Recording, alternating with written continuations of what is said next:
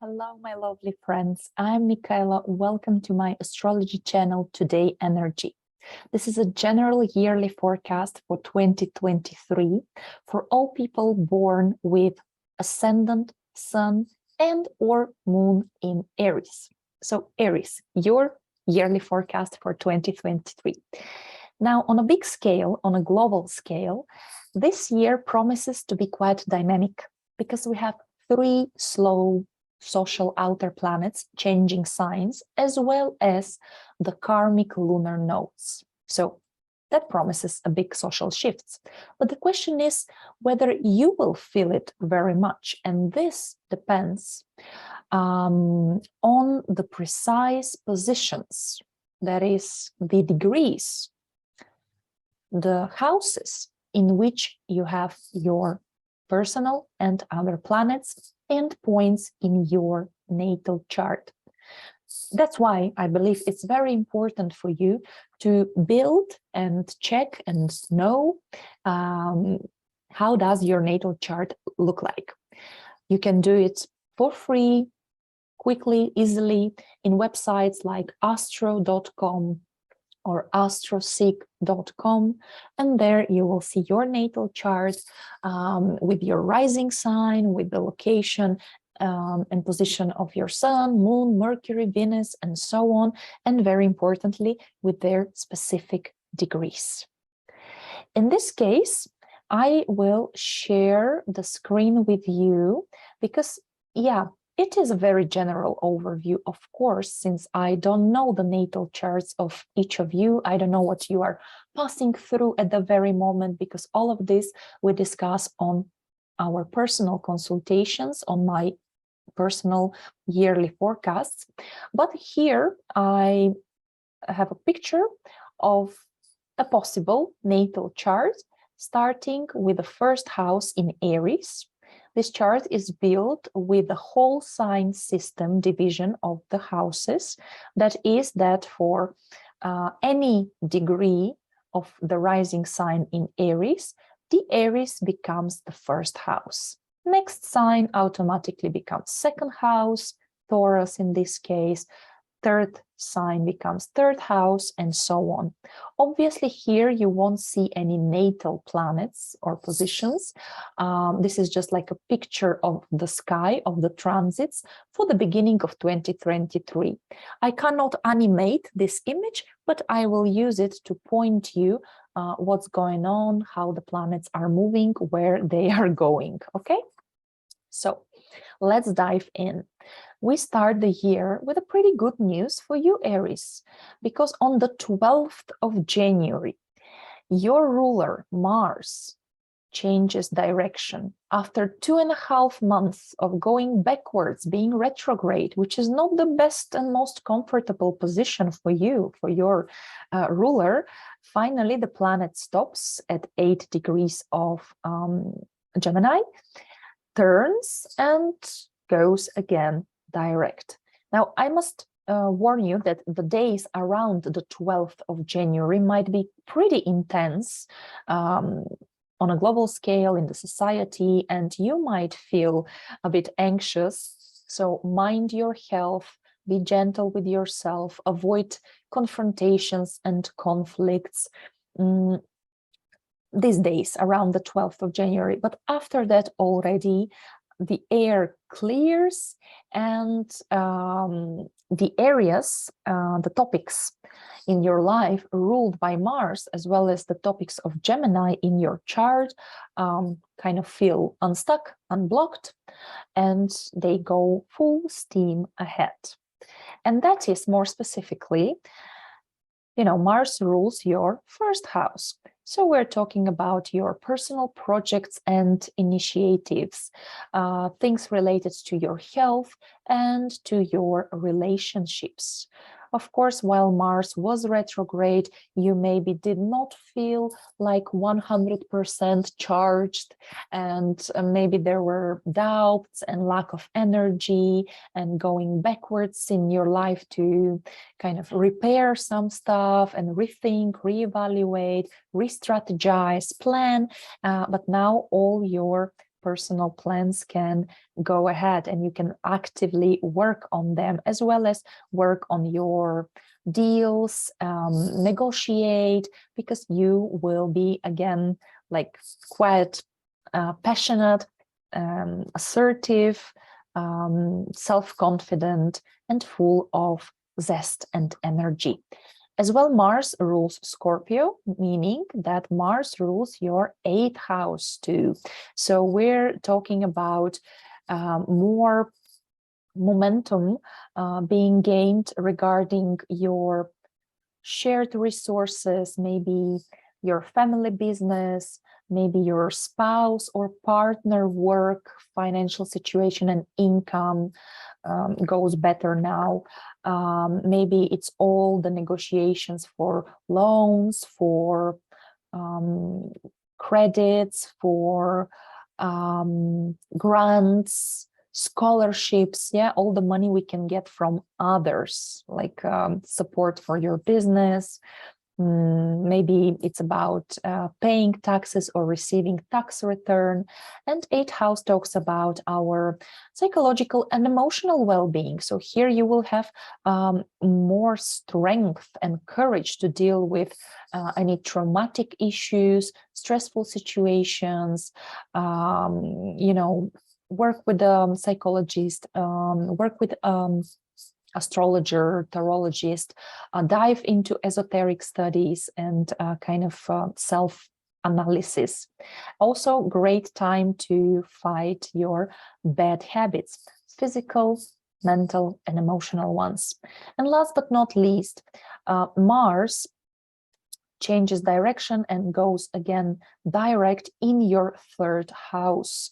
So now maybe you felt like blocked in regards of communication, travels, business, online deals, relationships with your siblings, with your neighbors, with your local community.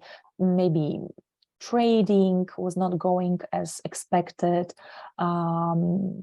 Things related to your vehicle, maybe you were actually repairing it, maybe you were fixing your website, and now full steam ahead. Much more contacts, meetings, social events, travels, paperwork goes direct again, kind of detangles, because it was a bit entangled possibly and stuck before.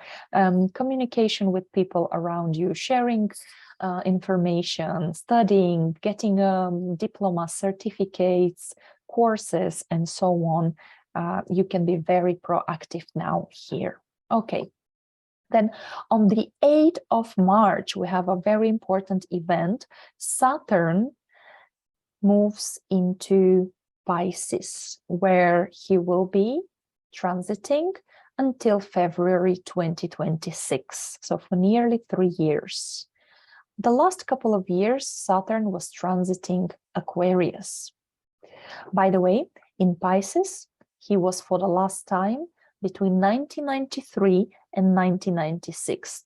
So if you remember well, your life and the events in your life back then, that might give you some hint, some clue about similar, possibly similar feelings, topics, events that might repeat now, be revived, or even have some continuation now, 28 years later, because this is the cycle of Saturn, 28, 29 years. But before the 8th of March, Saturn concludes its work in your 11th house. Saturn is the planet of organization, of structure. He likes everything to be practical, to be reasonable. He's quite austere and strict. And we're talking here about your social life, about your friendships, about collective work and projects with others. And maybe there was not much fun in the last couple of years when doing even some hobbies together with others, whether salsa club, drama class, touristic gatherings to travel around, but maybe it felt like responsibility, like a burden, or like something super serious. Maybe it was some political organization or non-political NGO, maybe some social activism, but you felt like you have to contribute to this goal, the common goal with others. The point is that Saturn doesn't like anything superficial, because Saturn is the planet of time. So he really wants to save us our lifetime. Every minute counts and it's important, right? So here Saturn was cutting off how to say, like people who are not true to themselves and to your common goal and mission.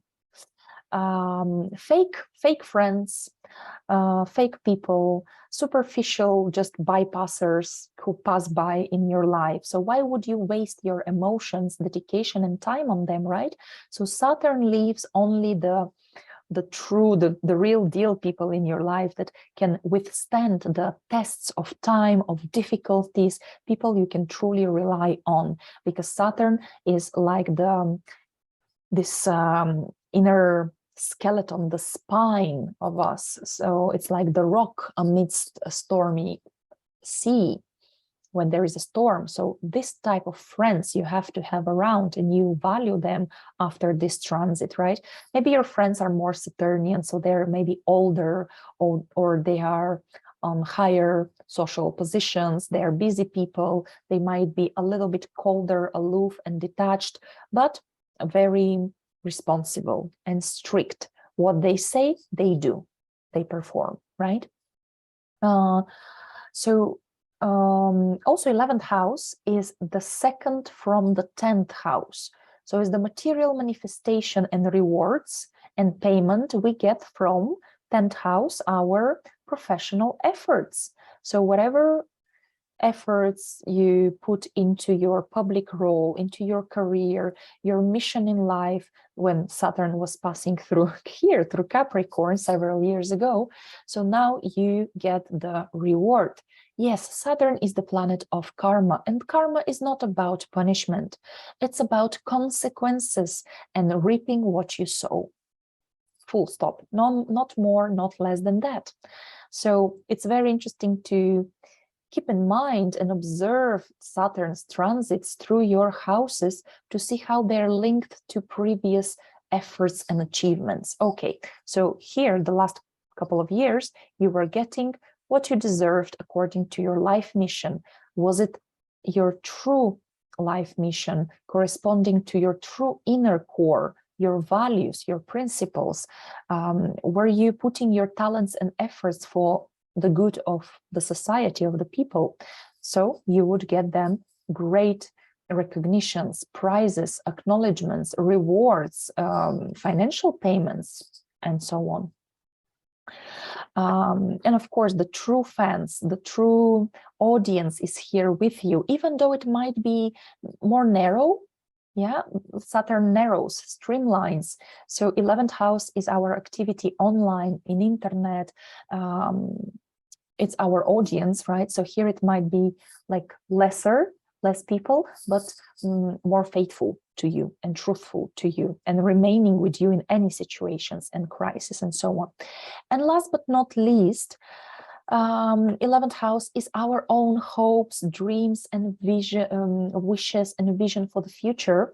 And here again, Saturn doesn't allow us to daydream or to be impractical. No, quite the opposite. He's rigid. He wants us to have practical goals. He wants us to have plan what we should do step by step to reach our goal, to reach the peak of the mountain, right? Because there is the true success lying. And of course, you can't do it spontaneously or impulsively. Otherwise, it's probably, you just will not ever achieve the highest manifestation of your dreams. And Saturn is a physical planet. It's about the material world. So he really will help you to structure your dreams, your goals, your ambitions, and plan the strategy of how to achieve them slowly yet surely. So don't despair and don't give up, because Saturn is not very cheerful lad, but he's very realistic. And realism is the key word now. Now, especially now after the 8th of March, when Saturn enters into your 12th house. Well, this is kind of the end of one cycle. This is kind of like, you know, when mummies are pregnant, expecting the labor, expecting the birth of a new life, because first house is the beginning of all beginnings. And when slower planets transit cross our ascendants, here also depends in which degrees you're ascendant, especially when you work with Placidus system, like I do on my private consultations, that counts really. And then starts the new 29 years of Saturn, when he will cross your ascendant. It repeats every 28, 29 years, that's true. But I must say, I must jump a bit ahead and say that the summer of 2025 and the spring of 2026 will be a very unique transit of Saturn into your first house, starting a new Saturnian cycle, because he will be joined by Neptune, even slower planet. For so many years, Neptune was transiting and still is transiting Pisces, your 12th house. But then, so it will happen that Saturn and Neptune conjunct will enter your first house and start this new karmic, really karmic cycle. Wow, amazing. But that's already 2025. Now we're focused on 2023. And here Saturn will remain in the house of endings, in the house of revision of the old, of all your efforts and achievements, whether you were fair with yourself, honest with yourself and with the others, whether you were following your life mission, whether you were truthful to your goal, not giving up despite the difficulties, and what have you achieved? Who are the people that surround you?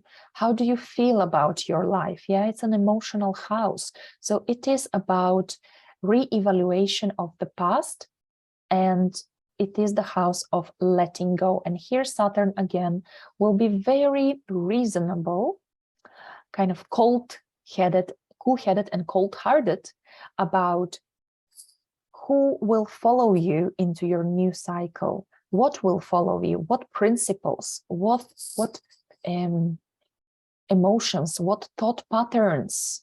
What style of behaving, reacting, communicating? What family patterns and education will come with you? What experiences you want to keep? And not only even from this lifetime, maybe we're talking that you have to realize and release something from past lifetimes. So it's a great time, this 2.5, 3 years of Saturn in your 12th house, to go to regressions, to explore your subconscious, your prenatal period, when you were in the belly of your mom and experiencing already the world, but through her. Maybe you don't need to drag with you anymore your mom's fears and principles and life experiences. You have to build your own. Maybe you will do also a constellation therapy and ceremony to connect with your ancestors, your angels, your higher self, the other realms of existence, but mostly ancestors, and dig deep into your family history, whether you can rely on them, because Saturn is your support. So maybe you will understand that your ancestors support you in every situation, or again, maybe you have to thank them for their guidance, but say, okay, I go my own way. I don't need this programming from my family, from my ancestors. I will create my own. So it's a deep period of self-analysis, of introspection, of nostalgia, of isolation, in a sense, of some memories, of possibly melancholy. when I was experiencing Saturn conjunct the Lord of my 12th house, which is similar to this transit I'm talking about for you, I came back home after 9 years of expat life abroad. So it was such a diving into the past. I was walking around my neighborhood alone because my friends moved on. The city kind of changed, but my memories in the city were the same as 9 years ago. It's a decade, right? It's a significant change. So I was like a ghost in my own town, or it was like a ghost in my memories, very surreal.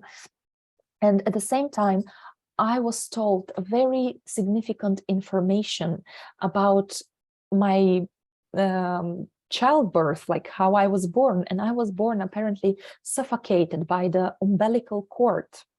So I did not cry out initially, so the doctors had to help me breathe, right? And it was significant information because exactly in this difficult period of my life, when I experienced also some health issues, because 12th, 6th house is about health, but 6th house is more about physical body, and 12th is about mental health and stability.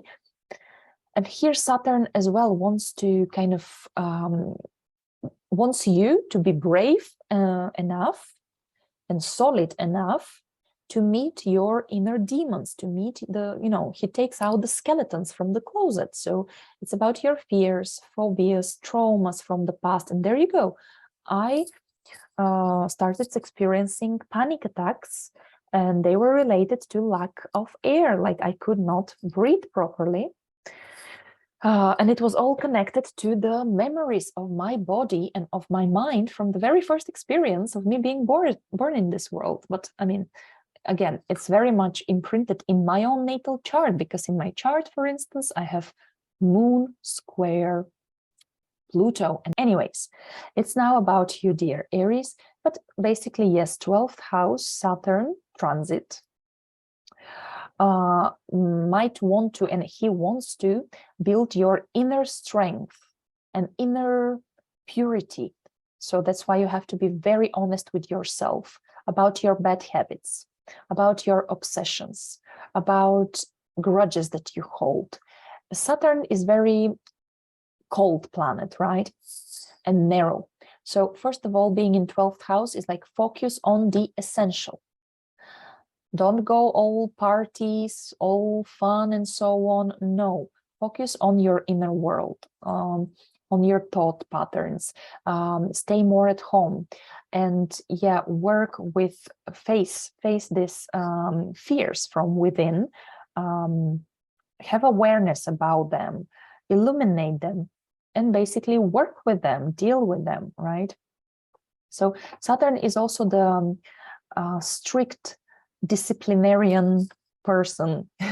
It could be a person, right? But here in the 12th house, it can be this inner voice of your parent, grandparent, of your teacher, of your professor in university, of anyone who was critical towards you. That becomes your inner self-critical voice. So it's very important here to not give in to despair, give in to shame and guilt, give in to self-criticism. This is what actually you have to make peace with. It's very important here to work with a psychologist, to do spiritual work, practices, prayers, meditations, maybe go to ashrams, go to retreats, make pilgrimage, at least spend more time in the nature. It is a bit more solitary time indeed. For some of you, it might be because you work remotely, you have some projects to do, like research in the libraries, or you prepare your thesis, and that's why you are spending more time researching. Maybe you're researching your family tree history, your ancestors. Maybe you just gave birth. So you will be just, your regime changes and you are more at home with your baby. That also can bring to some people, feeling of, even unfortunately, some young mothers get this postpartum depression, right? After birth depression, because suddenly they have to be like they are lacking some good sleep and good rest, and that's also the quality of Saturn in the 12th, and they have to spend more time maybe like at home. So once again, this is the house of dealing with the past and karma, and the Saturn is a planet of karma. So here he wants to show you the chain of causes and effects, like in my case, panic attacks, I cannot breathe. But it's because I was born this way, and my body just in more stressful situations remembers about this. Okay, from now I understand. From now on, what can I do about it? But you need to know the reason, the causes of what you experience or what you have experienced so far. You have to avoid this poor me attitude and everything is lost or save me, please, right? Because actually here you see Neptune. Neptune is also in your 12th house. Next year, he will move from 22nd to 27 degrees, very slow planet. Neptune is happy in his realm. This is the realm of dreams, of the subconscious, of the intuition, of the creativity and arts, of being connected with everyone, of merging the worlds. This is the house of Pisces. Neptune is the ruler of Pisces, and hence the ruler of the 12th house. So you can actually benefit from it in a sense that it's not going to be so tough, this transit of Saturn. You still will have hope. You still will have faith. You still can channel all these energies and stuff, you know, meeting your own shadow through art. You can dance, you can paint, you can write poetry, poems, have a blog online. Yeah, Neptune wants to share with others. It helps you with feeling more humble, with accepting things, with letting go. Very importantly, Saturn and Neptune here in the 12th house will make you let go of states, of addictions, of bad habits, of people, of circumstances, and not feeling, you know, down because of it. Neptune will give you the ability to forgive yourself and others, and be more attuned, more intuitive. At the same time, if only Neptune is here, you can really be like the sponge which absorbs everyone else's emotions, especially if you watch a lot of TV, if you're constantly online, if you're constantly in public spaces. So it can be so draining and confusing, because then when you go to sleep, you can have dreams, but kind of not even only from your subconscious, but from everyone else around as well. And in this case, Saturn helps to stabilize this Neptunian spacing of influence here. So they can work well in combination. Physically, you can do charity work. That would be a great manifestation, let's say, per your own will, with working with these 12 house energies, and Saturn, karma, giving and taking, balance, right? And Neptune, taking care of others, but in a reasonable way. Right, so it's great for spiritual practices, maybe health-wise. You can go to sanatoriums, to clinics, just taking more care of your health. And regarding art, with Saturn here, Saturn is more strict and structured. So the art can be even more kind of material. So it can be like, you know, pottery, carpentry, architecture. The color of Saturn is black. So you can make black and white sketches. You can draw some drawings and plans also, just like with black pencil. It might be something structured, something geometrical. Again, this is how you will satisfy Saturn in the 12th. So the next important transit I want to talk about here is of Pluto. Pluto is even heavier guy than Saturn here, because Saturn still was talking more about physical manifestations in the everyday life, while Pluto is so deeply psychological. But as well, he can have also his physical properties I'm going to mention here too. So for the last 15 years, Pluto was transiting Capricorn, your 10th house, and Capricorn is a sign that makes a square to you. So here is important, the specific degrees in your chart. And on March 23rd, 2023, we as humanity will experience a historical event. For the very first time since its discovery in 1930, Pluto will go into Aquarius. And he will stay in Aquarius for the next 20 years, till 2044. But next year, 2023, since he's so slow, he will just reach up to 0 degrees and 21 minutes of Aquarius. So not even make a full 1 degree here, because then he will turn retrograde and go back into Capricorn. And next year, he will spend also time after the 10th of June next year. He will pass through the last 3 degrees of Capricorn. What does it mean for you, Aries? That once again, you will be triggered by a square from Pluto. If you have your sun, moon, ascendant from 27th degree and 50th minute to the very end, basically the 30th degree of Aries. As well, Pluto will be changing, transforming your career and public image and your mission in life.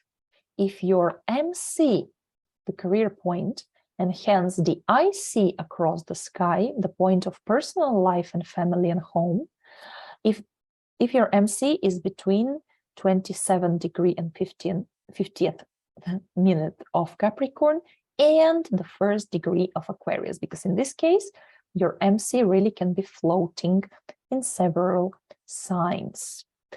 But good news, I rush to tell you already, Aries, that once Pluto gets deeper into Aquarius, he will be sextiling your sign. And a sextile is a positive helping aspect. So Pluto from Aquarius will help you to grow and to get a hold of your personal courage and power.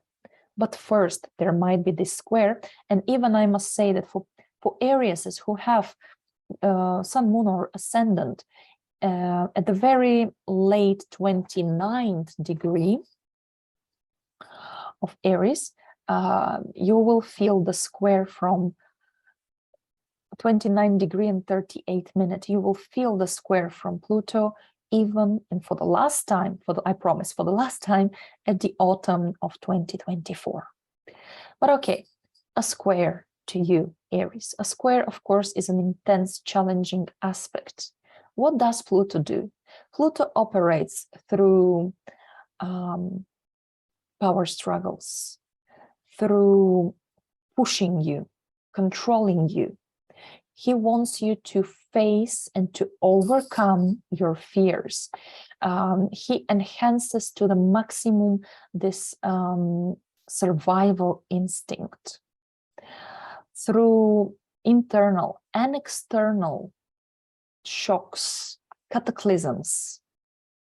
Pluto makes you, basically forces you, because it's a very forceful energy, especially with a square, to reach, to make, to experience inner deep transformations. It's like being reborn. It's like being cleansed. It's a catharsis moment. It's very, very powerful and very strong.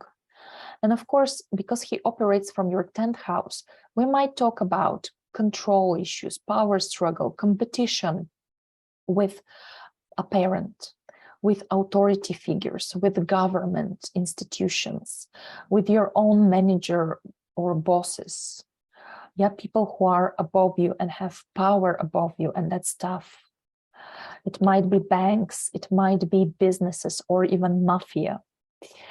10th house is your own reputation, by the way, and any planet here is like how people see you publicly. So you might have had recently, or this year, it's coming for you, this very Plutonian image of the big boss, you see, of the godfather, of the gray cardinal maybe, because yeah, Pluto exerts a lot of pressure, but not always like, look at me, you know, like in a direct manner. It's more like creating intrigues, manipulations, ruling behind the scenes. But it can also be, you know, kind of the energy of the wolf of the Wall Street. If you know the story of this guy, and you can watch the movie with Leonardo DiCaprio, who is a Scorpio, very Plutonic person. And by the way, talking about Leonardo DiCaprio, when Pluto was transiting his MC and his 10th house, he was very young at that time, and he got super famous. So of course, Pluto transit through the MC not only can bring crisis and, you know, tough time and devastation and so on, and kind of earthquakes in a sense in your career, but if it's your true life path and true life mission, and you do your all effort, because Pluto is all in, everything or nothing, well, then you can get everything. Like Leonardo DiCaprio and other, by the way, famous people. I forgot, I read, I think Angelina Jolie as well, or Brad Pitt. But about Leonardo DiCaprio, it was truly Pluto rolling on his 10th house and MC that he got extremely popular, because Pluto is masses, is, you know, big money, big business, huge ambitions. I want more and more, and I will take it on any price.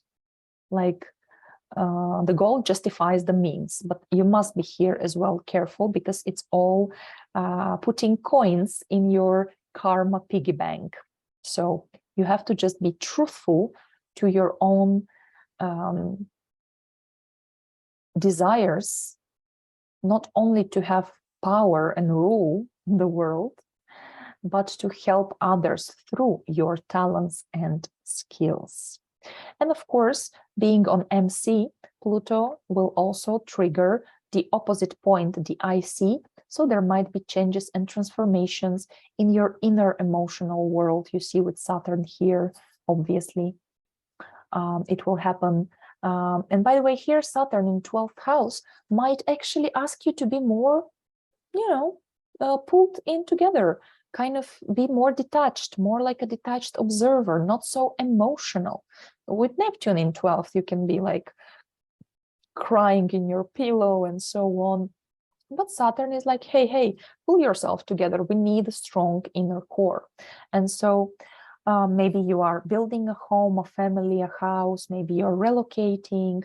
I have seen clients and friends with Pluto transit, well, on their IC directly. It's when some of them lose a parent, but at the same year they get pregnant and they have a baby. So it's this kind of cardinal. That's why these houses are called cardinal houses. 1st, 7th, 10th, and 4th, cardinal changes in your life. Well, then after the 23rd of March, Pluto goes indeed into Aquarius, which is, according to the whole sign system, your 11th house. And we will just have a sneak peek, like a tasting, basically. We will taste what Aquarius Pluto will feel like for the next 20 years by this 2.5 months that he will spend in the 0, the very first degree of Aquarius.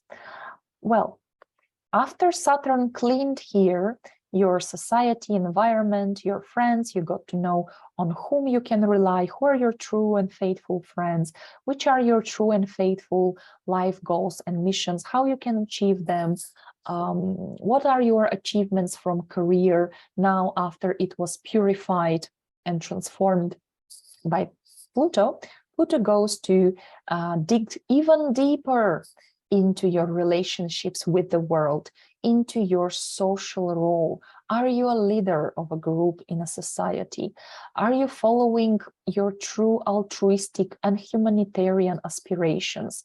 Can you help others by charity, by being a volunteer maybe? Are you on the right spot in your political party or organization? Do you do it because of true intentions or because of some kind of desire, hunger for power. Or yes, Pluto can bring you power over masses here. You can be hypnotizing people through your online channel. Yeah, Pluto in 11th house. It's such a magnetism. It's such a huge audience. Yeah, first it can be, of course, like there might be stalkers, there might be abusers, there might be some conflicts with friends, with people, with followers, but maybe it has to be exacerbated. Maybe this wound has to be opened, and you have to speak with your friends the truth, honestly, what you need in friendships, what you expect in friendships, what they need from you as a support, as understanding.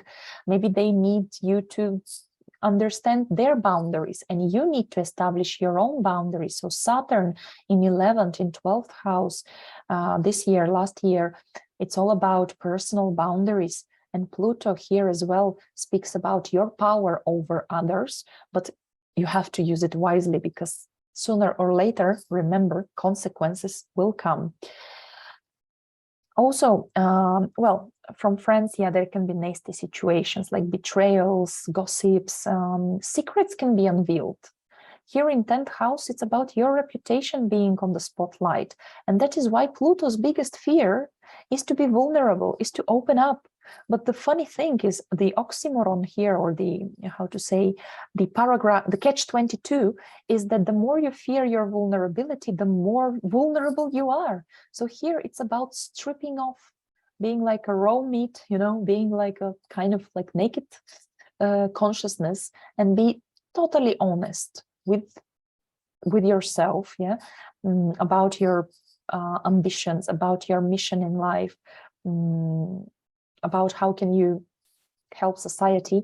And here in 11th house, truly start helping society and people, in order not to suffer betrayals and so on. So again, Pluto will clean the people in your environment. He will let only the loyal, truthful friends being around you, but he can expand your popularity. He can expand your income from your career. Maybe you opened your own business, now you launch a website, so you will start huge promotion, sales. Maybe you are a consultant, psychologist, and now more people get to know about you and come as clients through references and so on.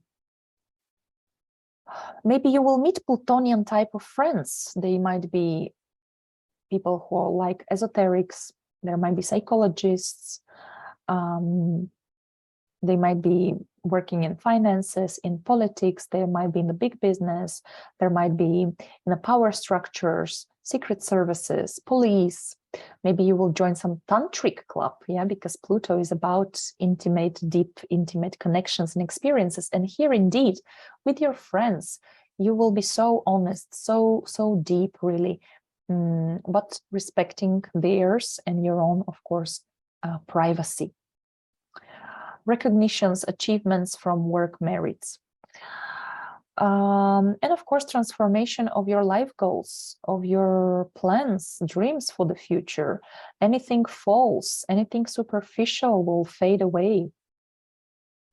Anything that you were dreaming about because of the influence of the society, of your family, of traditions, of fears to be yourself. Well, no, here you will have to be yourself, and hence your dreams will have to be super authentic and, you know, helpful for yourself and for the others, definitely not harmful. Okay, and after this heavy talks and heavy transits, let's see who will help you this year. And that's, of course, Jupiter. In 2023, Jupiter will cover the ground from 2 degrees Aries to, let me see, to 15 degrees Taurus. So before or until the 17th of May, you have to use this amazing support by Jupiter in your first house. So Jupiter is luck, is happiness, is faith, is optimism. And what about? Well, about yourself, about your skills, possibilities, talents. So you might be very popular. you might attract people like a magnet. You know, you're so charming, charismatic, so noble, by the way. You know, nowadays we talk about Jupiter like just big money, you know, big support by others, good luck in your endeavors. And here, especially, yes, first house is all your initiations, everything you start, personal projects. So, wow, you will be like larger than life. And obviously, people love this and they will support you and help you with everything you planned. But also, Jupiter is spirituality, it's wisdom. That's why in ancient times it meant gurus, mentors, teachers. Even nowadays, if you are in a publishing career, if you are a professor or teacher, if you're a traveler, tour guide, if you are a judge, a lawyer, anything in the law legislation department, then you will be very successful here as well. So I hope that Jupiter, who expands everything, will expand not anything negative like stubbornness, like impatience of yours, Aries, like first jumping into conclusion, jumping into action, then think. But it's more about, yeah, being brave, being courageous, being the pioneer, being the explorer, but being the good example for others, being the superhero for yourself and for others. That's why being proud of yourself, not just being wasteful with money, promises, and arrogant. Please don't go there, okay? So, of course, in relationships, you are so charismatic and so charming, so you easily can persuade others. You can strike excellent deals, lucrative contracts, and of course, be happy of yourself in a relationship too. And be very generous with your partners and teach them, you know, help them and teach them with your wisdom. And then after 17th of May, Jupiter goes into Taurus, and according to the whole sign system, it's your second house. So here, he will continue expanding your good feeling about yourself, because second house is our self-esteem. So you will know very well, you will see very well your skills, your talents. You can be very expensive, you know, you can know your value and ask for very good payment and money and remuneration of your resources like time, effort, you know, knowledge you show at work. There can be a lot of work because second house is sources of income. So obviously how we work, what we invest our money into, and you can invest in something very luxurious and huge. With Jupiter, if you buy a car, when he transits your second house, it's a very comfortable SUV car. If you buy a wardrobe, it's a huge one. If you buy clothes, they're expensive ones. Of course, here, don't forget about some moderation, okay? And it's about our bodies, second house. So here we might be a little bit more self-indulgent and gain some weight and kilos. So be careful here if you don't want it.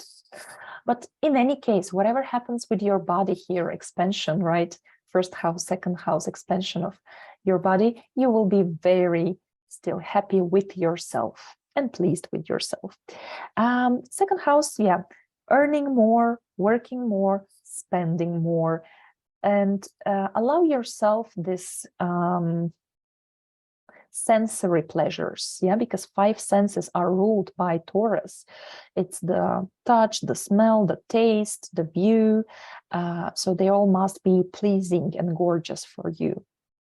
Like, you know, natural fabrics, that's why more expensive clothes may be extravagant, but better to spend more money on something more healthy and natural, right? Because second house is to take care of your environment, of your health, of your body, of your home, to feel good, to feel stable and secure with your possessions, which can grow this year, really. Okay. And especially you can earn money again from Jupiterian topics like law, something international, something related to traveling, conferences, event organization, parties, celebrations, education, publishing, and so on. Okay, then we have another transit, very important for you, the lunar nodes. The north node here, like a horseshoe, and always across it and opposite the south node.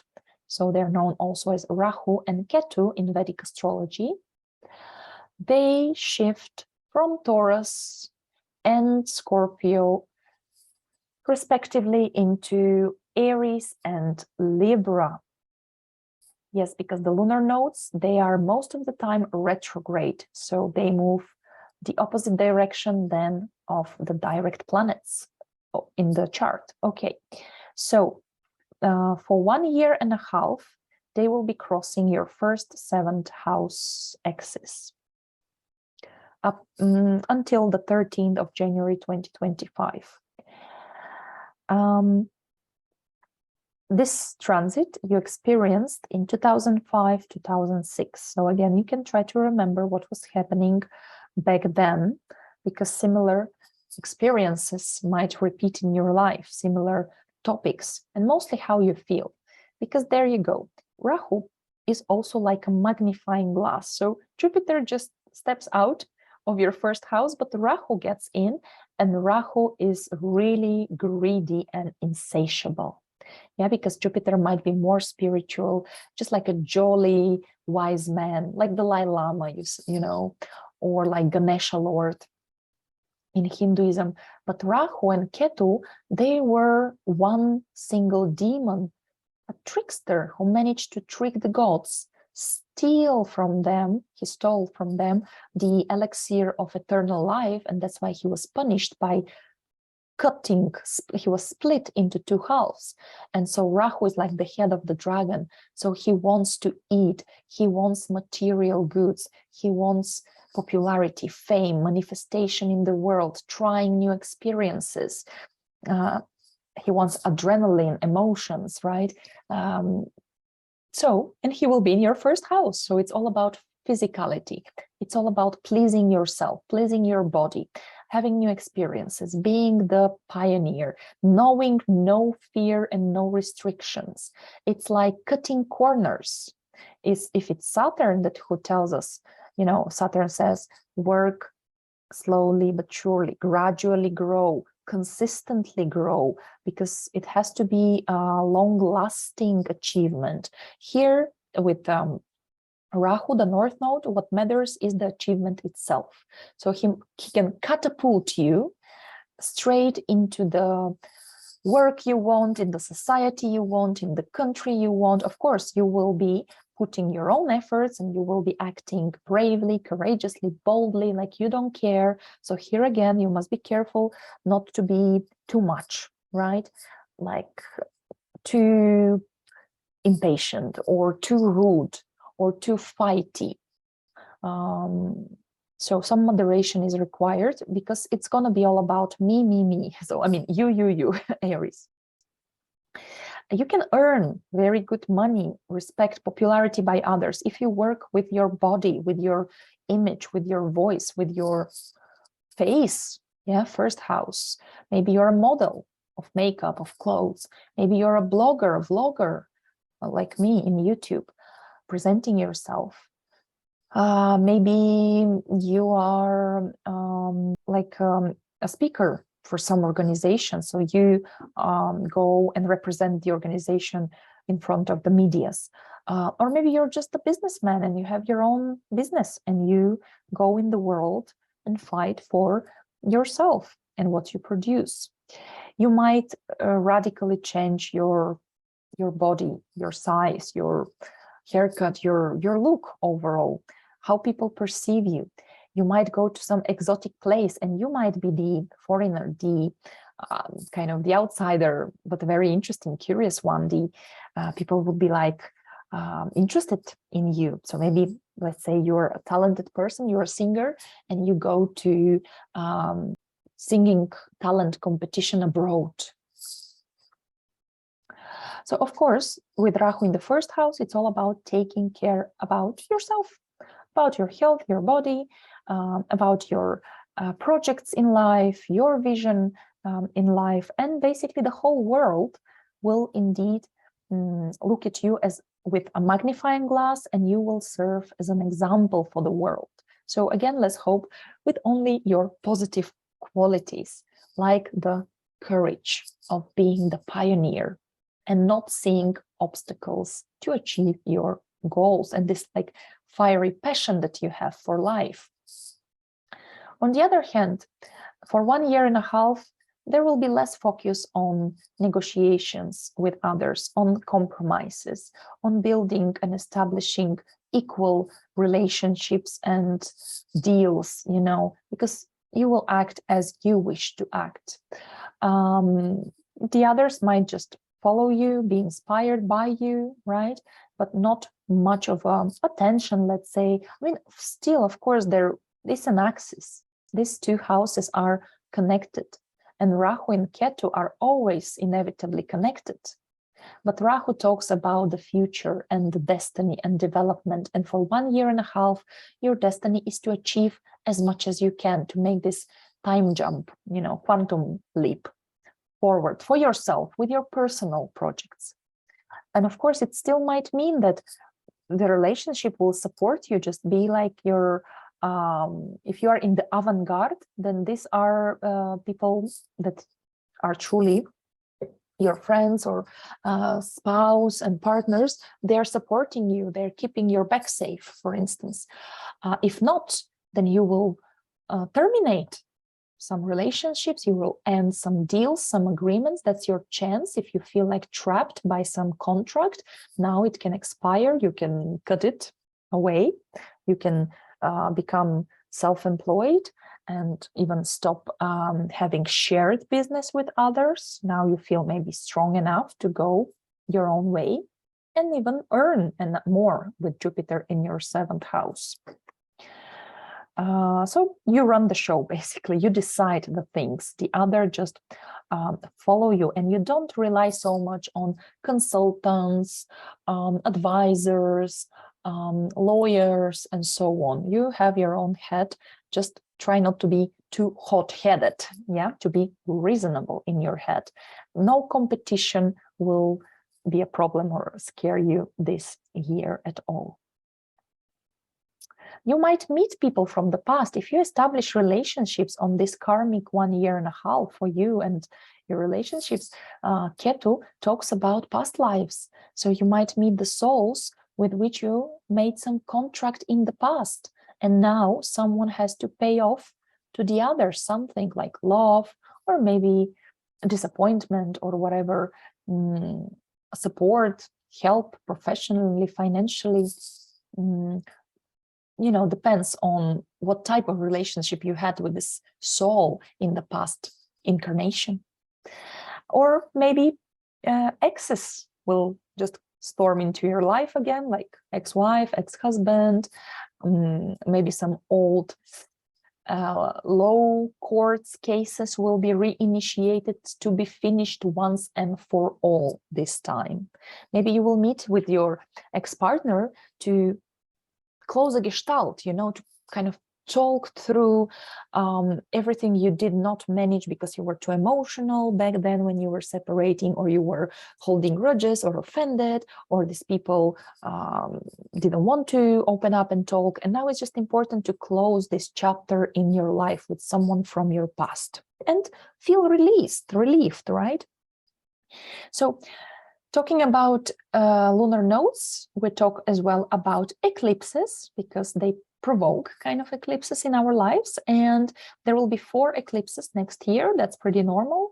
We have, here you can write down, we have a solar eclipse on the 20th of April.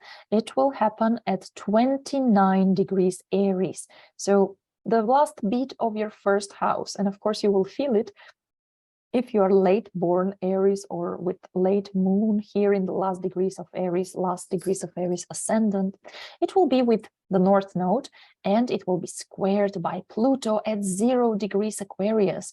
So wow, it's going to be a time of major personal new beginnings, changes, and transformations. Maybe something about your status, your career, or your society and environment and friends. Then we have a lunar eclipse on the 5th of May. It will happen at 14 degrees of Scorpio. So you see that's your 8th house with Ketu here. So deep releasing, letting go of past issues, traumas, fears, bad habits.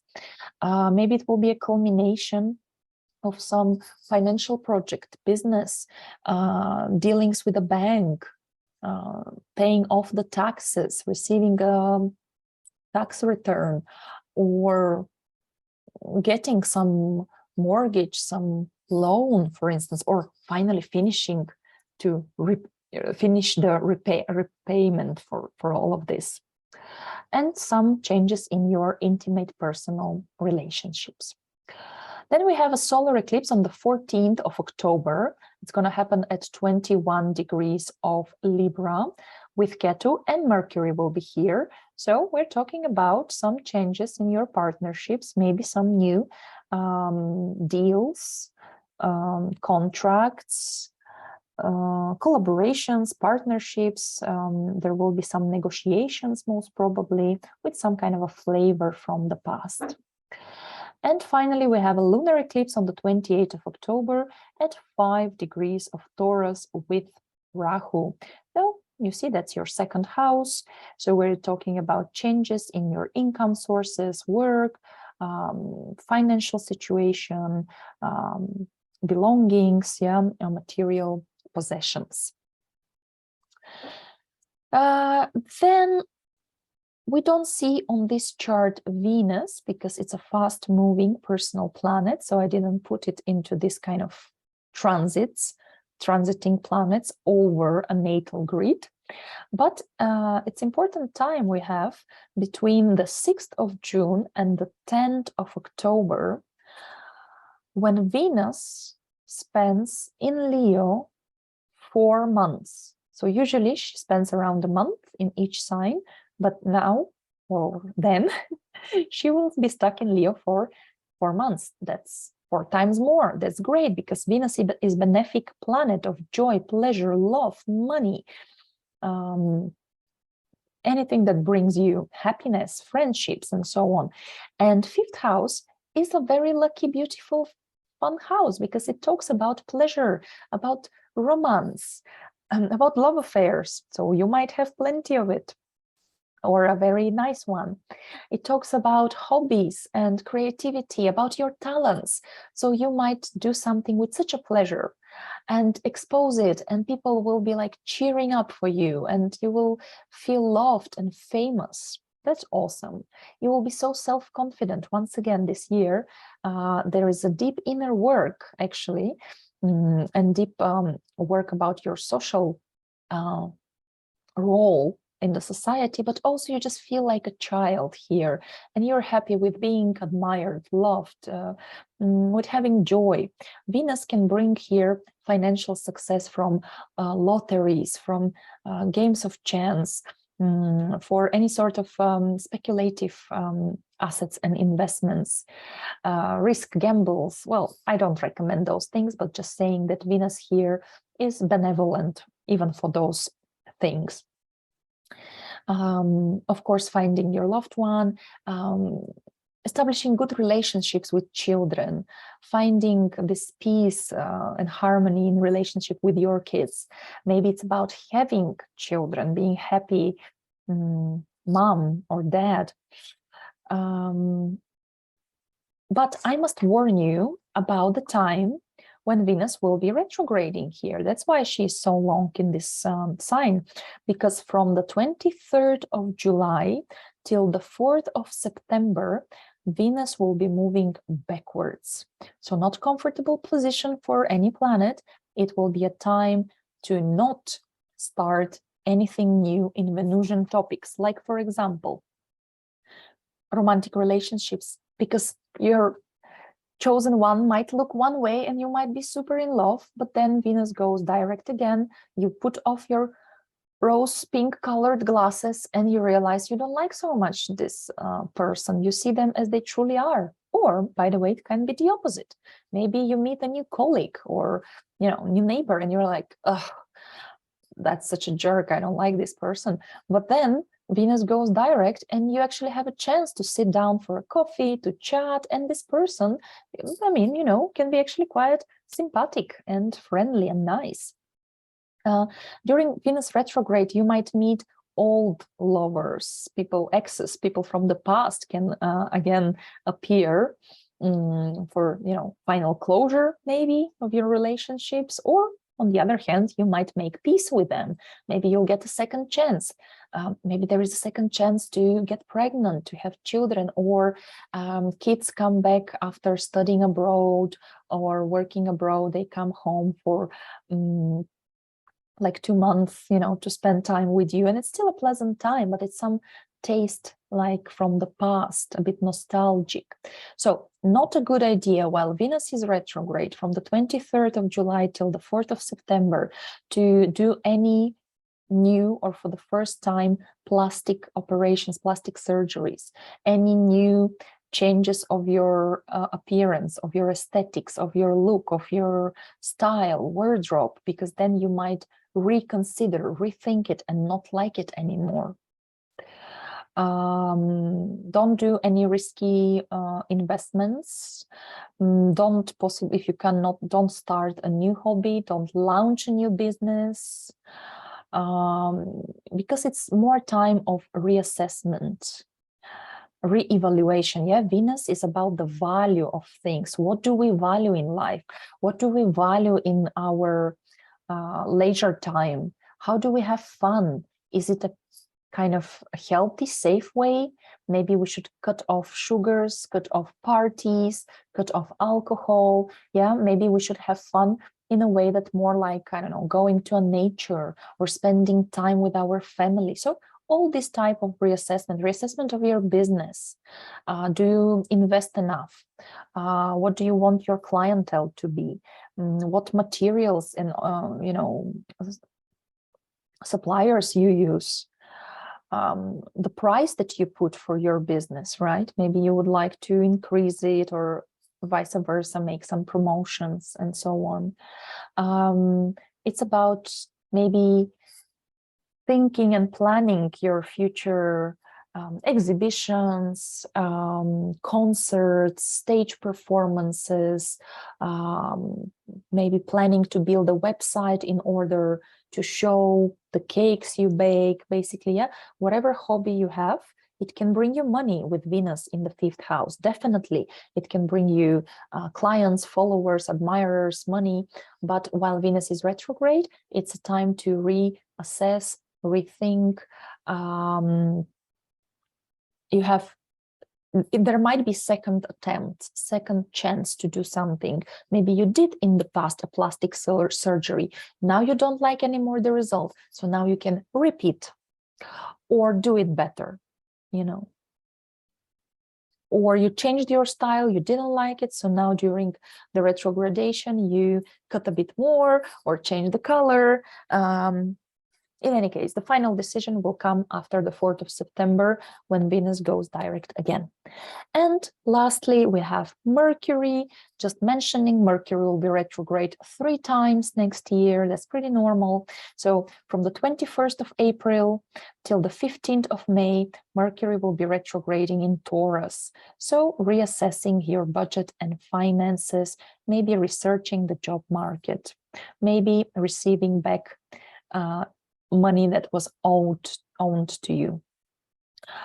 Then from the 23rd of August till the 15th of September, Mercury will be retrograding in Virgo, and that's your 6th house. So researches about work and health, time to finish your duties, responsibilities, maybe helping someone, maybe finishing a repairment at home or of your car, solving some problems, some issues, finishing work projects, finishing health procedures, and going back to taking care of your diet, of your daily routine, of your health, basically. And finally, from the 13th of December until the 1st of January 2024, Mercury will be retrograding from Capricorn back into Sagittarius. So he will certainly catch a bit of your 10th house, and especially if your career point MC is between the 0 and 8 degree of Capricorn, and then going back a bit to your 9th house. So it's planning about your future career moves. It's reassessing and re-examining your life mission, your life goals. 9th house is coming back to some studies, maybe finishing a degree or going for a second master degree, traveling somewhere, doing some international activities, finishing some legal matters that will help you for better reputation, for better career possibilities in the future. So overall, dear Aries, you can even see on this image that the slow, heavy planets are all in your left hemisphere. And the left hemisphere talks about one's inner core, the strong willpower and personality. It's when you make your own destiny. So you don't have to compromise, rely on to others, wait for others. Plus, remember, Rahu will be in your first house. So that talks about your initiations, you going forward and building your own life and happiness and destiny. Who is helping you? Well, remember, Jupiter in first and second house enhances your self-confidence. Venus in fifth house enhances your talents and performances and basically shining and be happy, happy, happy, and attract people with positive vibe and energy and moods. Possibilities for good income, especially if you love what you do. And definitely Pluto here transforming your work. So maybe it's no longer will be just a 8 to 5 office job that you hate already, that depresses you. Maybe you will jump into your own business. Maybe you will jump into some social or political sphere. You will be supported by your true friends after cleaning the passers-by, the ones who just, you know, like are not honest with you. So yeah, transformation of your career, your status, big changes in your public life, public image and status, maybe even related to home and family, to friends and society. And don't forget about the serious, deep inner work and preparation for being reborn in a couple of years. So my dear Aries, I was very happy, I'm very happy to give you this general overview, let's say this broad strokes of the main events of 2023. Of course, much more in-depth and much more precise details, advices, information I give to people when they purchase the personal yearly forecast from me. I usually work for it 3 days for each forecast for each person, because we talk with this person by phone, by WhatsApp, by Skype. We evaluate the current situation of the client, what they pass through, what they want to know about, what their focus is on to. So, and it's all based on their personal, unique natal chart with all the positions, with all the house cusps, all the degrees, all the imprintment already from the natal chart, what energy comes from your natal chart, and how the transit planets activate them, what areas are activated. Of course, in my yearly forecast for 12 months ahead, I check not only transits, but other astrological forecasting techniques. So then I deliver this forecast in a written form, usually like Word file by email or through Facebook, through WhatsApp, and it's about 10 pages. So it's like a whole report. It's much more than just 1 hour consultation. It's 10 pages of explanation of the energies of the universe that influence you personally. So that is why I leave in the description below the video, the description box, I leave my contacts. how you can get in touch with me, speak about this forecast or what other astrological services I offer. Currently, I offer 2 types of consultation: the yearly forecast, which can be done, of course, at any point of the year. It's always going to be for 12 months. It's the best when you do it right before your birthday, because then I focus onto your personal natal year, the so-called solar return for you. But also I do the natal chart analysis. Now this one, again, I'm preparing myself for about 3 days, and then we meet with my client for a live Skype conversation. I use Skype because as well I can share the screen with my client, and so the client can see what I'm pointing from the natal chart, and I explain everything in about 1 hour and a half up to 2 hours conversation, and we talk about the natal possibilities, talents, challenges with which each of us is born according to this natal chart. So I leave also in the description below the video links to my Facebook and Instagram web pages where I post written posts about astrology. And also, if you would like to support me, my work, and the channel, I leave my PayPal account below the video too. So, dear Aries, I wish you fantastic, gorgeous, exciting year with plenty of possibilities, with a lot of diversity and interesting things happening, mostly positive, really. I hope you will enjoy the year 2023. Go ahead, you can reach big success in this year, and abundance, success and abundance. And I will talk to you soon. Bye-bye.